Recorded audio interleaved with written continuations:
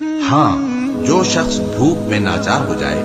بشرطے کے گناہ کی طرف مائل نہ ہو تو اللہ بخشنے والا ہے،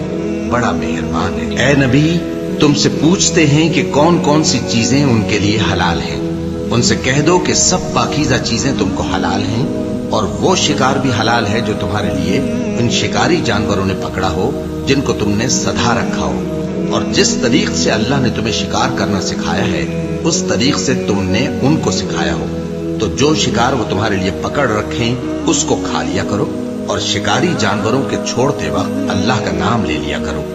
اور اللہ سے ڈرتے رہو، بے شک اللہ جلد حساب لینے والا ہے۔ آج تمہارے لیے سب پاکیزہ چیزیں حلال کر دی گئیں، اور اہل کتاب کا کھانا بھی تم کو حلال ہے اور تمہارا کھانا ان کو حلال ہے، اور پاک دامن مومن عورتیں اور پاک دامن اہل کتاب عورتیں بھی حلال ہیں، جبکہ ان کا مہر انہیں دے دو، اور نکاح سے عفت قائم رکھنی مقصود ہو، نہ کہ کھلی بدکاری کرنی اور نہ چھپی دوستی کرنی۔ اور جو شخص ایمان کا منکر ہوا اس کے عمل ضائع ہو گئے اور وہ آخرت میں نقصان پانے والوں میں ہوگا۔ مومنوں، جب تم نماز پڑھنے کا قصد کیا کرو تو اپنے منہ اور کوہنیوں تک ہاتھ دھو لیا کرو، اور سر کا مسح کر لیا کرو، اور ٹخنوں تک پاؤں دھو لیا کرو،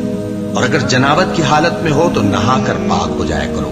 اور اگر بیمار ہو یا سفر میں ہو یا کوئی تم میں سے بیت الخلا سے ہو کر آیا ہو یا تم نے عورتوں سے مقاربت کی ہو، پھر تمہیں پانی نہ مل سکے تو پاک مٹی لو اور اس سے منہ اور ہاتھوں کا مسح یعنی تیمم کر لو۔ اللہ تم پر کسی طرح کی تنگی نہیں کرنا چاہتا،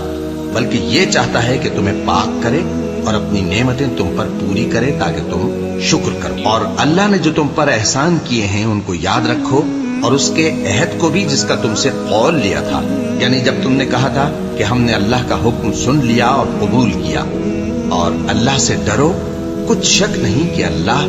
دلوں کی باتوں تک سے واقف ہے۔ اے ایمان والو، اللہ کے لیے انصاف کی گواہی دینے کے لیے کھڑے ہو جایا کرو، اور کچھ لوگوں کی دشمنی تم کو اس بات پر آمادہ نہ کر دے کہ انصاف ہی نہ کرو۔ انصاف کیا کرو کہ یہی پرہیزگاری کی بات ہے، اور اللہ سے ڈرتے رہو، کچھ شک نہیں کہ اللہ تمہارے سب اعمال سے خبردار ہے۔ جو لوگ ایمان لائے اور نیک کام کرتے رہے ان سے اللہ نے وعدہ فرمایا ہے کہ ان کے لیے بخشش اور اجر عظیم ہے، اور جنہوں نے کفر کیا اور ہماری آیتوں کو جھٹلایا وہ جہنمی ہے۔ اے ایمان والو، اللہ نے جو تم پر احسان کیا ہے اس کو یاد کرو۔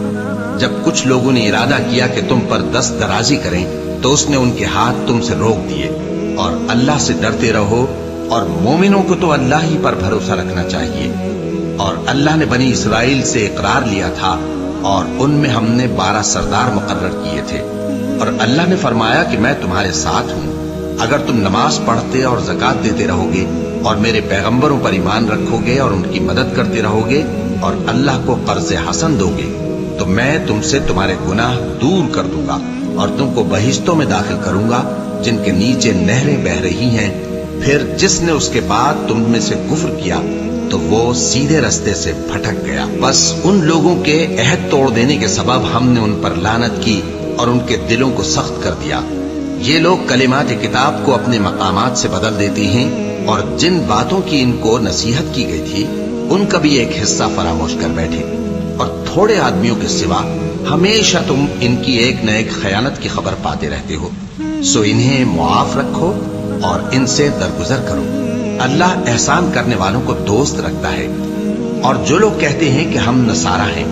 ہم نے ان سے بھی عہد لیا تھا، مگر انہوں نے بھی اس نصیحت کا جو ان کو کی گئی تھی ایک حصہ فراموش کر دیا، تو ہم نے ان میں قیامت تک کے لیے دشمنی اور کینہ ڈال دیا، اور جو کچھ وہ کرتے رہے اللہ عنقریب ان کو اس سے آگاہ کر دے گا۔